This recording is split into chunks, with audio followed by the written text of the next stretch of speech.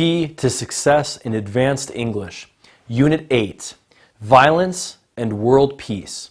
Lesson 1, Reading. Let's give peace a chance. Objectives. 1. Students should know that peace is associated with education and that they are inseparable and that they both lead to the creation of real human civilization. 2. Students should know that a culture of peace and nonviolence creates unity and love among people of all races. 3. Students should totally reject the notion that leads some to believe that violence solves problems rather than creating them. 4. Students should know that violence usually leads to backlash and that the more we attack, the more backlashes we create. 5. Students should know that violence hinders any nation from achieving its noble goals of establishing justice and equality among its people. Contents. Warm-up questions and pictures about the given topic. Reading text. Let's give peace a chance. Varied questions on the text. Warm-up questions and pictures about the given topic. 1. What kind of person are you?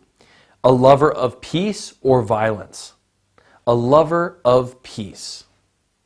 2. What gives us comfort and security? Peace or violence? Peace. 3. Do your family members use peaceful means or violence to achieve their goals? Peaceful means. Picture 1. War and peace. Reading. Now read the text carefully and answer the questions below. Let's give peace a chance. We know that violence has always been around since the beginning of the first creation. We know that violence is the outcome of negative intent and conflict of interest or simply survival instincts. We know that we are part of nature on the one hand, and we differ from it on the other, as we are able to filter the world around us with our emotional states. Think about what your response is and how you feel when you win someone's love or when you are heartbroken. Also, you need to examine your feelings when you constantly watch violent images and think how this would affect you emotionally.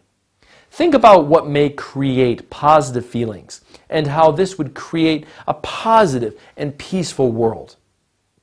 A conflict of interests or a disagreement about certain things should not lead to violence. We need to change our behavior and attitudes. It is natural to get angry when our interests are not served, and it is natural to have certain disagreements with others and to have conflict of interests. It is neither natural nor healthy to tend to hit or hurt or to use violence for such reasons. Violence is learned behavior, and it is necessary to teach our children that violence is not a healthy way to resolve conflicts. It is healthy to accept a different opinion. We need to understand that people are not the same in the way they see different matters. We need to accept people the way they are. And we need to agree that we must not try to win an argument, no matter what the cost is. Our ethics and values need to change. We need to know that violence breeds violence, and that it inflicts pain and suffering not only on people directly involved, but on their friends, relatives, and maybe society as well. We must learn coexistence through solving our conflicts in peaceful ways. Let not color, race, nationality, and religion divide us and lead us to use violence. Let us think of using nonviolence in solving our problems.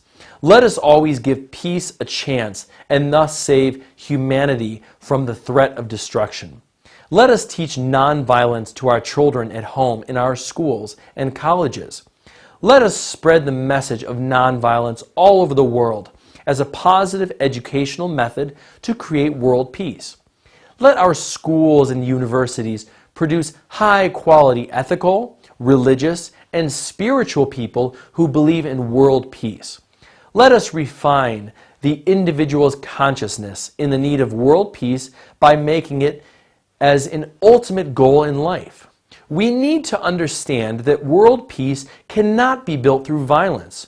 Rather, we must build a world peace through non-violent means.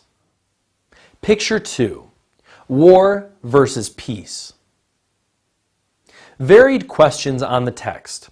After reading the above text carefully, answer the following questions. 1.